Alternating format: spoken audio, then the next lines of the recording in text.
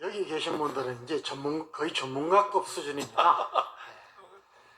제가 우리 국민들, 우리 민족적으로 조금 안타깝게 생각하는 것이, 첫째는 뭐 책을 잘 안 읽는다. 그러니까 공부하는데 조금 소극적이다. 두 번째는 미래를 위해 대비하는 것은 이건 뭐 꽝입니다. 수준이 낮은 게 아니라 꽝입니다. 꽝.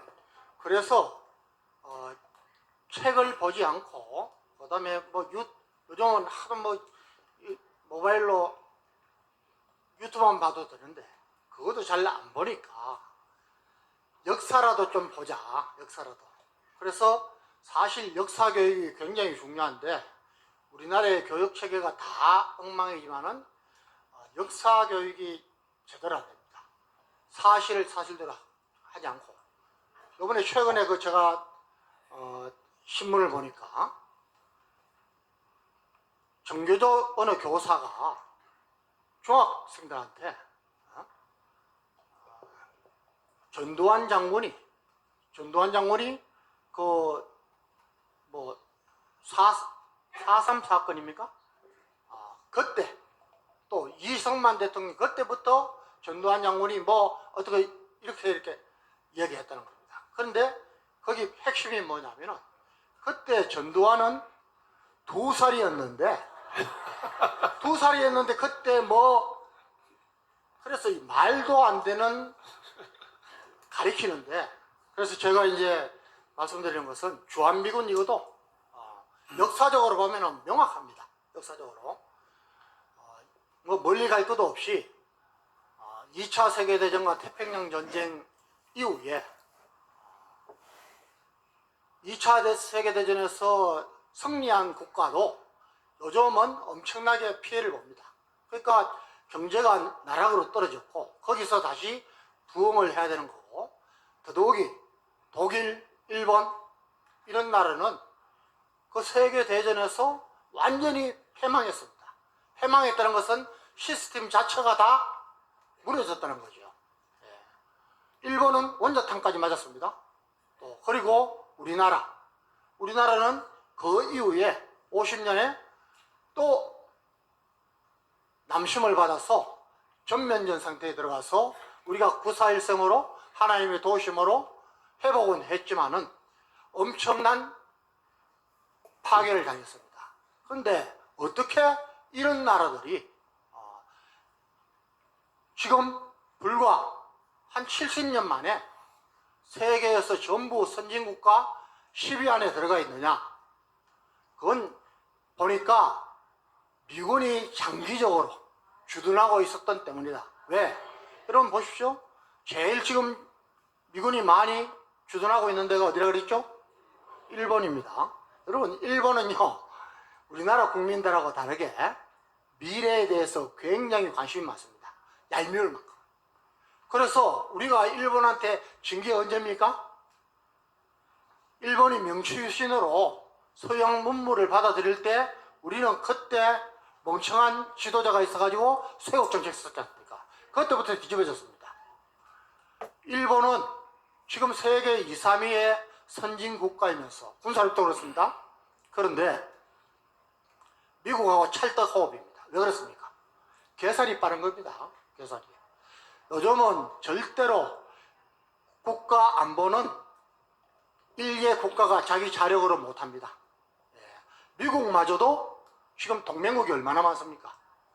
이번에 우크라이나가 얻어맞은 러시아의 침략을 받은 이유 중에 가장 큰 게 저는 나토에 가입했지 못했기 때문이고, 만약에 미군이 고문단 형태로라도 몇십 명 내지 100명만 있어도 절대 침범 못합니다.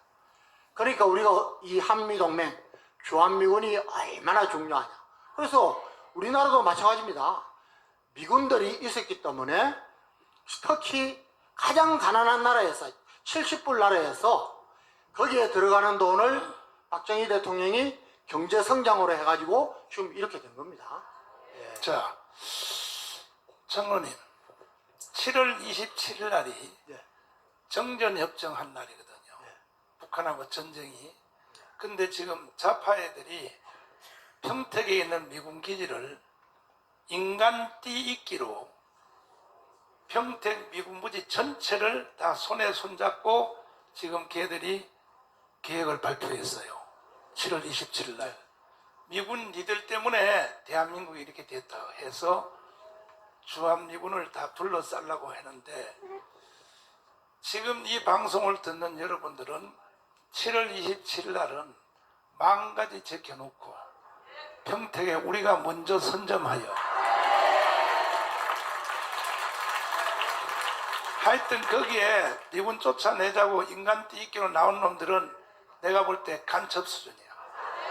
이놈들은 한 칼에 날려버려야 되니까 우리는 총동원령을 내려야 돼. 근데 왜 저렇게 북한 더하기 종북 더하기 주사파 더하기 문재인 더하기 이재명이가 왜 저렇게 주한미군을 가지고 못 살게 왜 저런가요 도대체가. 뭐 예, 6.25 이후에도 예, 미군이 여기 없었으면은 주한미군이 없었으면은 김일성이 예, 또 김정일이 예, 또 김정은이가 몇 차례는 남침을 하겠다고 결심했을 그런 유혹을 받았을 때가 있습니다. 뭐 가장 대표적인 것이 5.18입니다. 예. 그래서 북한이 지금 제가 이제 말씀드리지만은 북한이 우리를 이 전면 전쟁으로 이길 수 있는 가능성은 1%도 안 됩니다. 우리가 무조건 이깁니다. 그리고 전쟁 양상이 옛날 2차 세계대전, 태평양 전쟁, 베트남 전쟁 이거 완전히 달라졌습니다. 지금은 공군력이 없으면 전쟁 일으킬 수가 없습니다. 그래서 저는 육군이지만은 제가 항상 이야기합니다. 우리나라가 지금 북한하고 싸워서 무조건 이길 수 있는 이유 첫째, 공군력은 100대 0입니다. 100대 0입니다. 100대 0? 예. 뭐 북한의 전투기 상태도 그렇고 북한 비행기가 우리 영공에 들어오지를 못합니다. 그 다음에 해군은 제가 잘 잡아줘서 우리가 70에 북한은 30입니다. 왜? 우리보다 낡았지만은 잠수함을 많이 갖고 있습니다. 그런데 육군은 50대 50입니다. 왜 그러냐? 북한은 우선 상비군이 많습니다. 우린 적습니다. 거기다가 북한은 장기복무합니다. 최소한 10년입니다. 우리는 지금 18개월입니다. 18개월. 제대로 훈련 못하고 나가버립니다. 뭐 이런 상황. 그 다음에 예비군.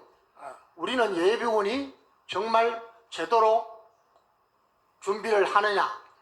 여기에 대해서는 저는 퀘스천 마크입니다. 그래서 이스라엘처럼 우리가 예비군이 정예화되어야 됩니다. 이것을 사실은 정부와 군이 해야 됩니다. 그런데 제가 왜 이 말씀을 드리느냐 하면은 이것보다 더 중요한 것이 북한이 이제 우리를 집어먹겠다고 6.25 때처럼 남침 절대 못합니다. 그런데 할 수 있는 유혹을 받는 단 한 가지는 우리나라의 내부 상황입니다.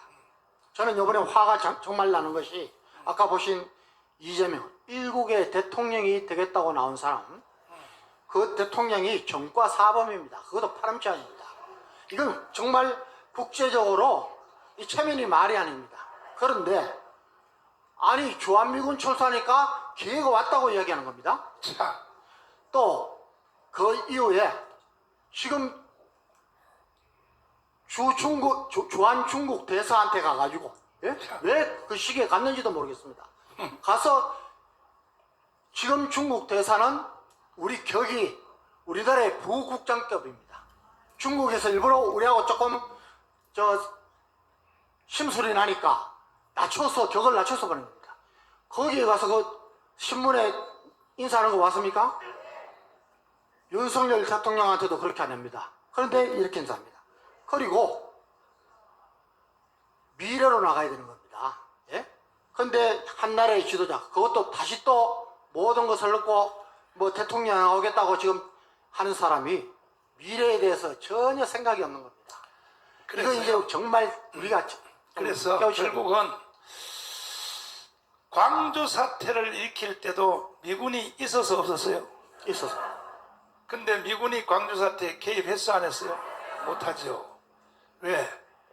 내전 상황에서는 미군이 손 못 대는 거야. 그러면 지금 이재명 움직이는 거, 미국 중국 대사한테 가서 굴복하는 거, 이 모든 것은 뭐냐? 사인이야. 뭐냐? 마지막 일을 하려고 그러는 거야. 그게 뭐냐? 이제 미군을 쫓아내려고 그렇게 해도 미국도 안 나가고 우리도 또 나가도록 우리가 또 허락도 안 하니까 미군 쫓아내고 전쟁하는 것은 불가능한 걸 아니까 이제는 광주 사태를 통해서 한번 시험을 해본 거야. 미군을 놔두고도 한국을 점령할 수 있다. 이게 내전이거든. 그런데 중국 사람들이 한국에 들어와 있는 것이 100만 명이에요. 100만 명. 몇 명이라고요? 그 이재명이 중국 대사관한테 가서 왜 저러겠어요? 그거 해달라고 하는 사인 아닙니까 그거? 에? 그러면 이것을 해결할 수 있는 길은 이제 내가 마지막으로 한번 물어보려고 하는데 결국 이것을 지킬 수 있는 길은 강화문 세력밖에 없어. 동의하십니까? 근데 우리가 뭐 총이 있어요. 우리가 뭐가 있냐고. 우리는 오직 십자가 하나밖에 없어. 결국은 우리는 강화문에서 순교를 당할 수밖에 없는데 순교 당한 뒤에 나라 뺏겨버리면 또 뭐하냐 이거야. 그래서 장군님, 미국은요 민병대가 있잖아요. 예비군 말고 자기 동네를 스스로 지키는 뭐 주방위군이랍니다. 미국은 네. 상비군이 주력이 아니고 주전투력이 아니고 네. 예비군입니다. 예비군이요? 예. 그래서 지금 뭐 중동 지역에 파견한다 그러면은 네. 현역은 한 40% 되고 네. 나머지는 전부 예비역들이 동원됩니다. 예비역이. 그 예비역들이 계속해서 전역에서도 계급이 올라갑니다. 전역해도 계급이 올라가요? 예, 예. 그거 우리나라 도입 좀 하자고. 아니 전혀 다릅니다. 상황이 아니 나도 별 3개 한번 따보려고. 하나님한테 다주십시오. 나 지난주에 해병 전우회한테 초청받아서 갔는데 내가 해병 전우회로부터 해병대 장교, 명예 장교로 내가 임명을 받았어요. 근데 계급은 말을 안 하더라고. 그러니까 소위밖에 안 되겠지 뭐.